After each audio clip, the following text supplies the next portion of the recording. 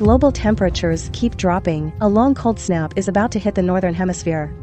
Average temperatures plummet below -30 degrees. So cold, it's really cold. Her vision blurs. Before her eyes, the face of her ex-boyfriend, Chen Feng, gradually appears. After the apocalypse broke out, temperatures plummeted. She gave her parents' last remaining warm supplies, all to Chen Feng, but in return, he was heartless. A Feng, give me something to eat, okay? Lin Wan, stop clinging to me. It's the apocalypse now, everyone has to look out for themselves. You couldn't stock up on supplies, don't blame me for being cold. Fengge, why bother talking to him? A useless burden like him should have been dumped long ago. Back to reality, Lin Wan's body grows stiffer. Her consciousness fades. She can feel life rapidly draining away. A cold sensation spreads from her limbs to her heart. If I could do it over again, I would never trust Chen Feng again. I will stockpile enough supplies. The sound of the cold wind fades. The ragged breathing grows softer, until it finally disappears. Lin Wan's bedroom, 7 days before the apocalypse. She breathes heavily. Her forehead is covered in cold sweat. Lin Wan lies on the familiar bed. The room is warm and bright. Sunlight filters through the curtain gap. Spilling onto the floor, I'm not dead. She raises her hand. Looking at her pale, warm palm. Not a single frost mark.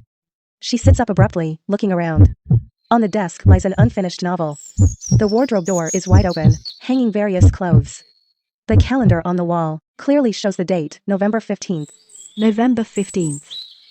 That's 7 days before the apocalypse. It's true. I've been reborn. I really am back, 7 days before the apocalypse. This ring. It seemed strange in my past life.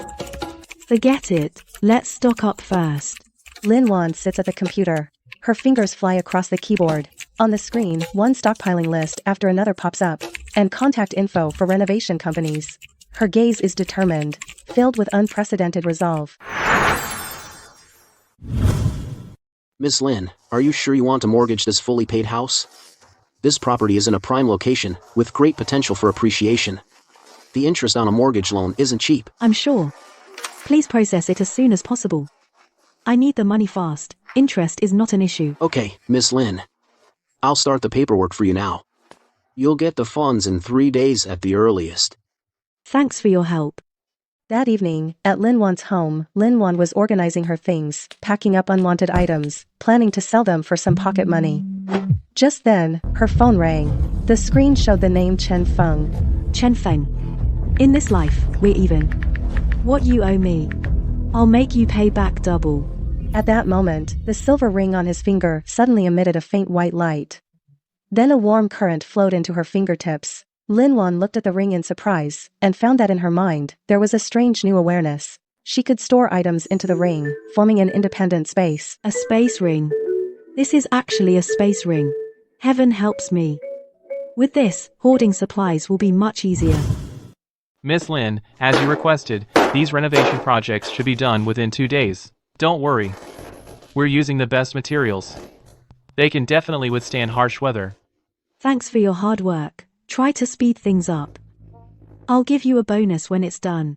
Lin Wan pushed a shopping cart and went on a shopping spree at the wholesale market. Rice, flour, cooking oil, compressed biscuits, canned food, instant noodles, various meats and vegetables. She bought every kind of food she could think of. It piled up like a small mountain.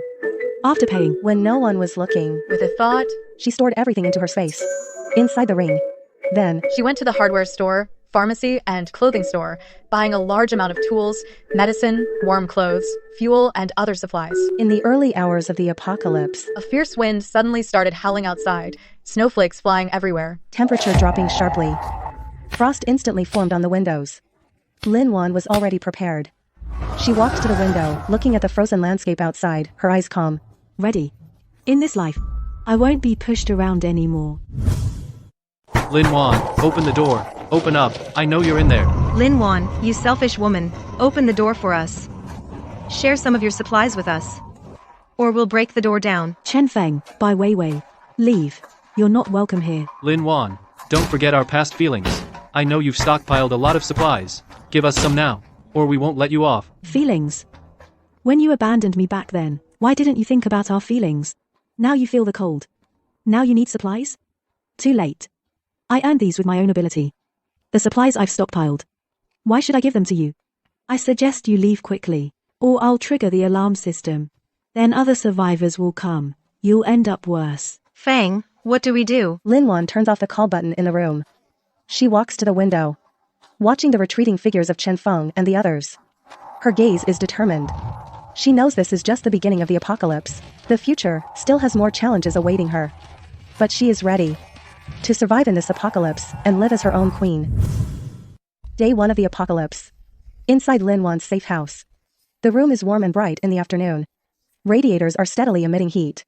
Linwan is sitting on the living room sofa. A city map is laid out in front of her, marked with many red X's and a few green dots. She holds a marker in her hand, occasionally circling and drawing on the map. Beside her, steaming ginger tea is placed there. The red X's indicate areas of resource scarcity from her memory, where survivors fight for new territories. Green dots mark places where prey might be found or scrounged.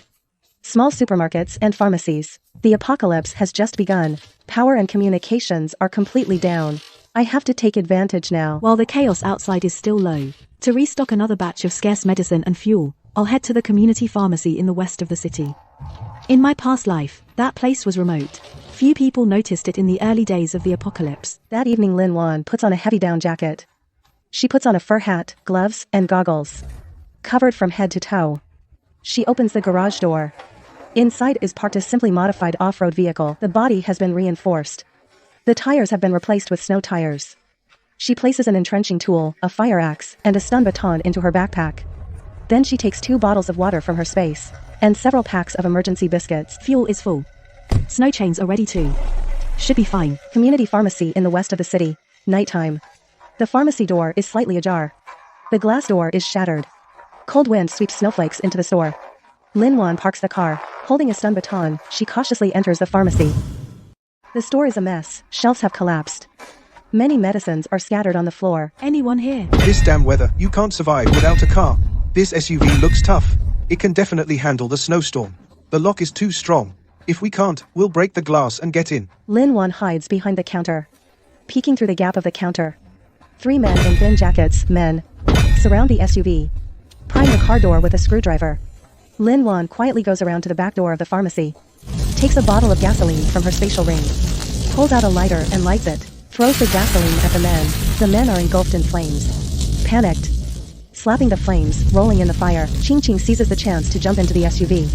Starts the engine, rams into the men blocking the way, speeds away. On the morning of the second day after the apocalypse, Linwan sits at the dining table, eating a steaming breakfast, milk, bread, and fried eggs. On the monitor screen, the view around the fortress is displayed. Everything is normal. Good thing I made it back safely. I need to be more careful going out from now on. Linwan, I know you're in there. Open the door. We know we were wrong. Give us some supplies. We'll leave right away. Linwan, please. We're freezing and starving to death. Have some pity on us, Chen Feng. I'll say this one last time. You're not welcome here. If you don't leave now, I'll resort to more extreme measures. Linwan, don't be ungrateful. We know you've hoarded a lot of supplies. You can't use them all by yourself. If you don't open the door today, we'll break through the wall. Fang, there's an electric fence. This can't go on. The generator. It maintains the indoor temperature and lighting. We must refuel as soon as possible. In my past life memories, there's a small gas station in the east of the city. It's fairly hidden. There might still be some fuel left. Day 5 of the apocalypse. The SUV drove on the icy streets. The snow on the road was getting thicker. Driving became more difficult. Linwan drove carefully, periodically checking the surroundings. Suddenly, she saw not far ahead a woman holding a child, being attacked by several vicious dogs. Linwan, holding a fire axe, rushed towards the dogs. After driving the dogs away, Su Qing breathed a sigh of relief and collapsed to the ground. Holding her child, she broke down crying.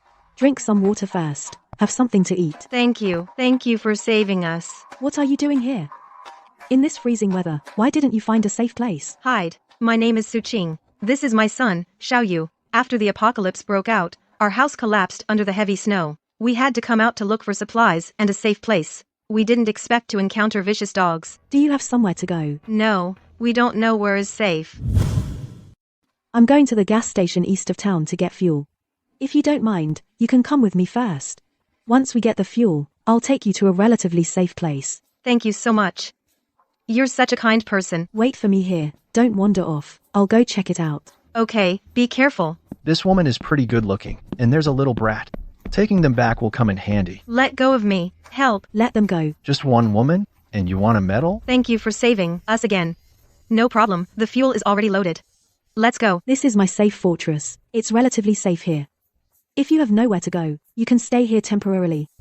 But I have a condition. Don't mess with my stuff, follow my rules. Thank you so much. We'll definitely follow your rules. We won't cause you any trouble. Lin Wan, would you like some water? Thank you, Lin Wan. I'd like to discuss something with you. I have a friend.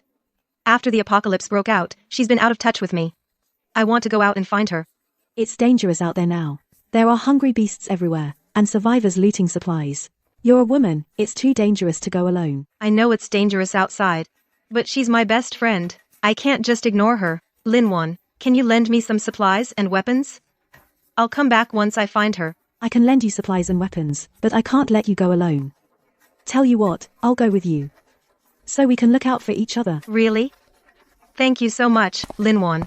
Let's hurry. Don't let them find us. I never expected he would form his own team and start looting supplies from other survivors. Xiao Ya, where are you? There must have been a fight here. The bloodstains are still fresh. They might have just left. Suddenly, footsteps and voices came from upstairs. Lin Wan's face changed. She quickly pulled Su Qing and hid in the bedroom closet. Boss, there's no one here, and the supplies are all scavenged. Worthless. Keep searching. There must be other survivors nearby. Funga, don't be mad, okay? We've grabbed a lot of supplies, already. How about we find a place to rest first? Rest? That woman Lin Wan is still hiding in her fortress, living the good life. We must find her fortress, and take all her supplies. Lin Wan, it seems Chen Feng and his men are looking for your fortress. I know, don't worry. My fortress is very sturdy, they can't get in. Let's head back. Xiao Yu is alone in the fortress, I'm worried about her. The medicine box in my study has been moved. Do you know what happened? I don't know. Xiao Yu and I have been in the guest room. We never went to the study. From now on, don't go into my study or the storage room without permission. Don't touch my things either, alright? Lin Wan, Xiao Ya, you must wait for me. I will find you, and bring you the medicine on the 8th day of the apocalypse. Inside Lin Wan's safe fortress, morning. Lin Wan is checking the surveillance footage and spots several suspicious figures lurking around the fortress. She furrowed her brow. She knew Chen Feng's people had arrived. Su Qing, come out here for a second. Lin Wan, what's wrong? Chen Feng's people are here. They're prowling around outside the fort. We need to get ready. What do we do? Can we take them? My fort is strong. It has electric fences and other defenses. They won't get in anytime soon. But we can't let our guard down. I need you to watch the second floor window. If anyone tries to climb in, use the stun button I gave you. Hit them with it. Okay, got it. See you tonight. What's in your pocket? Nothing. That's my medicine. Why did you take it? Lin Wan, I'm sorry. I didn't mean to steal your medicine. I think my friend Xiao Ya is hurt. She really needs antibiotics, so I took some while you weren't looking. I was planning to apologize after I found Xiao Ya. And I'd find a way to make it up to you. I was going to come back and say sorry, and I'd find a way to compensate you. Why didn't you tell me? If you had explained the situation, I could have lent you the medicine. I was afraid you wouldn't agree. I know. These medicines are precious in the apocalypse. Alright, I forgive you, but from now on, no matter what, you have to be clear with me. Don't be sneaky. Take these antibiotics. Hope they help your friend really. Thank you, Lin Wan. You're such a good person. Day 8 of the apocalypse, Chen Feng led a group of people to the gate of the fortress. This time, they brought more tools and a small excavator. Lin Wan, I know you're in there. Today I will break open your fortress and take all your supplies. You guard the second floor window, I'll activate the defense system. Lin Wan, you have so many defenses. Just as Chen Feng and his group were deadlocked with Lin Wan in the distance, suddenly a loud roar came. They saw a group of large, mutated snow wolves running towards them. Their eyes are red, their teeth are sharp, looking extremely ferocious. What is this thing? That's terrifying. Mutant snow wolves. In my past life, I only saw them in the late apocalypse. I didn't expect them to appear this early. You keep watch at the window. I'll go to the roof and attack them with the shotgun. Lin Wan, be careful. Lin Wan, I'll help you. What are you doing up here? It's too dangerous here. We're friends. We should fight together. Be careful. Just then, the roar of a car engine came from afar. An armored vehicle was driving towards them. From the vehicle, several people in protective suits got off the vehicle. They were carrying heavy weapons. They began attacking the mutant snow wolves. Under the heavy weapon fire, the mutant snow wolves fell one by one. Soon, all the mutant snow wolves were eliminated. A man in a protective suit walked up to the fortress and shouted loudly, "Survivors inside, are you okay? We're from the safe zone. We're here to rescue survivors." Lin Wan and Su Qing exchanged a glance, both seeing surprise in each other's eyes. They knew, perhaps, their fate was about to change. Day 9 of the apocalypse. Lin Wan is adjusting the shotgun on the roof, checking the ammo supply. Su Qing comes out carrying a packed bag. She walks out, and in her bag are antibiotics from Lin Wan, and some food and warm clothes. Xiao Yu follows behind Su Qing, clutching a small toy in her hand. Lin Wan, thank you for your understanding and help. Once I find Xiao Ya, I'll bring her back as soon as possible. and protect this fortress with you. Take this. Stay in touch. Out there, mutated snow wolves are roaming. Be careful. If you're in danger, press this button. I'll get the signal. Lin Wan, you take care too. Chen Feng and his crew won't let this go. Don't worry, I'll hold this place. Leave Xiao Yu with me. You go find Xiao Yu alone. It's more flexible and safe. Be good, Xiao Yu. Stay here with Aunt Lin Wan and wait for Mommy. Mommy will find Xiao Ya and come back for you. It's safe here. Listen to Aunt Lin Wan. Lin Wan sits before the monitor, watching the fortress perimeter closely. Xiao Yu sits on a small chair nearby, quietly playing with her toy. On the monitor, aside from the howling wind and snow, nothing unusual. The people from the safe zone appeared suddenly and left just as quickly. Something's off. I never heard of A safe zone this early or rescue. What is their real goal? Just then, Su Qing's urgent voice came through the walkie-talkie. Lin Wan, I'm near the abandoned factory in the west of the city. I found traces of Xiao Ya. She seems to be held captive by a group of people. Don't act rashly. Stay hidden and observe. I'll be right there. Lin Wan told Xiao Yu to lock the doors and windows. Don't open the door for anyone. Then she grabbed her shotgun and fire axe, rushed to the garage, started the SUV and sped off. The factory was dilapidated. Walls were peeling. The main gate was shut tight. Su Qing was hiding in the ruins across from the factory. When Lin Wan's SUV approached, she quickly waved for Lin Wan to park. Lin Wan walked over to Su Qing. What's the situation? I saw Xiao Ya being pushed in by 2 men. Looks like there are more people inside. They don't seem like Chen Feng's men. They're all wearing black uniforms. Lin Wan frowned. Through the crack in the ruins, she looked into the factory. She could vaguely see several men in black uniforms patrolling. They had a strange emblem on their arms, a round badge with the word evolution engraved on it. Lin Wan had never seen this emblem before. Who are these people? Lin Wan and Su Qing sneaked around to the back of the factory. They found the back door was unlocked. They exchanged a glance, then pushed the door open and slipped in. Inside, the factory was a mess, with discarded mechanical parts scattered everywhere. Following the sound, they carefully made their way over. In a deserted workshop, they saw more than a dozen survivors tied to pillars. Xiao Ya was among them. Her arm was injured, and her face was pale. Several men in black uniforms were surrounding the survivors, as if selecting something. Keep the strong ones. Throw the weak and sick out to feed the snow wolves. This is a necessary step in evolution. Only the strong deserve to live. How can they do this? That's so cruel. Let's rescue them first, then find out what's going on. Lin Wan took out a few smoke grenades from her safe. She pulled the pins and threw them into the workshop. Smoke instantly filled the room. Chaos erupted in the workshop. The men in black uniforms started coughing, unable to see their surroundings. Lin Wan and Su Qing seized the chance to rush in, quickly untying the ropes of the survivors.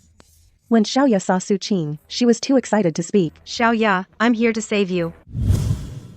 Lin Wan leads the survivors rushing out of the factory, the man in black uniform behind. Chasing closely, Lin Wan tells Su Qing to take the survivors, and run toward the fortress first. while she stays behind, As rearguard, Lin Wan raises her shotgun. and precisely hits. Several of the men in black who charge at the front. Seeing this, the remaining men Dare not rush forward recklessly. Lin Wan takes the chance to turn around and quickly catches up with Su Qing and the others. On the way, Su Qing explains to Lin Wan, Xiao Ya said these people call themselves evolvers and say the apocalypse is an evolution for humanity. Only by eliminating the weak can humanity survive. They also mentioned a safe zone. And said only by joining them can one enter the true safe zone. So the people from the safe zone that appeared earlier were them. The so-called rescue was actually a screening. Lin Wan opens the fortress gate. Su Qing leads the survivors inside. Xiao Yu sees Su Qing and quickly runs over Lin Wan, tells Su Qing to tend to Xiao Ya's wounds first, while she arranges for the other survivors to rest in the living room, and distributes food and water to them. Uncle Zhang, one of the older survivors. Thank you for saving us, young lady. Those evolvers are terrifying. They've already killed many people. Uncle Zhang, do you know the origins of these evolvers? The safe zone they mentioned, what's that all about? We don't know their exact origins. We just know they outnumber us and are strong. And they have plenty of weapons. The safe zone they mentioned is in the city center. There are plenty of supplies there. And warm shelters. But only the strong who pass their screening can enter the city center. In my past life, that place was a nest of mutant creatures. There's no way there's a safe zone. What are these evolvers really planning? Day 10 of the apocalypse. Lin Wan is watching the monitor. Suddenly, she spots a large number of figures in the distance approaching the fortress. Leading them is Chen Feng. By his side, there are several evolvers in black uniforms. Lin Wan immediately picks up the walkie-talkie to inform Su Qing and the other survivors. Enemies approaching. Su Qing, take the elderly, women, and children into the basement. The rest of you, follow me to the wall for defense. The survivors were scared by the news, but under Lin Wan's reassurance, they soon calmed down. A few able-bodied survivors picked up the weapons Lin Wan handed out, and followed Lin Wan to the wall.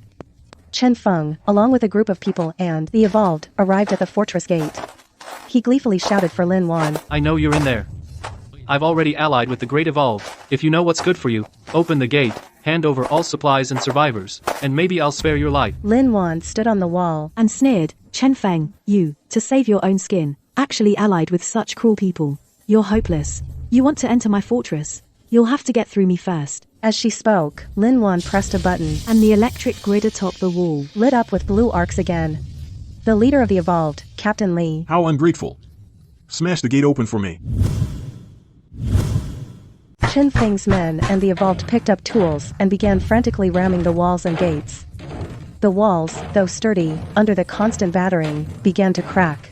Lin Wan directed the survivors to use crossbows and stones to attack the enemies outside. After Su Qing settled the people in the basement, she also ran out with a fire axe, joining the defense. The battle grew more intense. Several survivors were injured, but no one backed down. Lin Wan fired her shotgun with precision, taking down one enemy after another. Chen Feng saw the situation turning bad and stealthily stepped back, trying to flee. Su Qing noticed Chen Feng's move and shouted, Lin Wan, Chen Feng is trying to run. Lin Wan turned to look at Chen Feng, her eyes cold.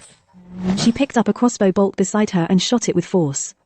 The bolt struck Chen Feng's leg precisely. Chen Feng screamed and fell to the ground. Captain Li, the evolved, saw Chen Feng fall, and instead of rescuing him, he kicked him aside, saying coldly, worthless. Useless trash. The other survivors witnessed this scene, and everyone saw more clearly the cruel nature of the evolved. Their resolve to defend became stronger. Just as the two sides were at a stalemate, suddenly from a distance came a huge mutant snow wolf's howl.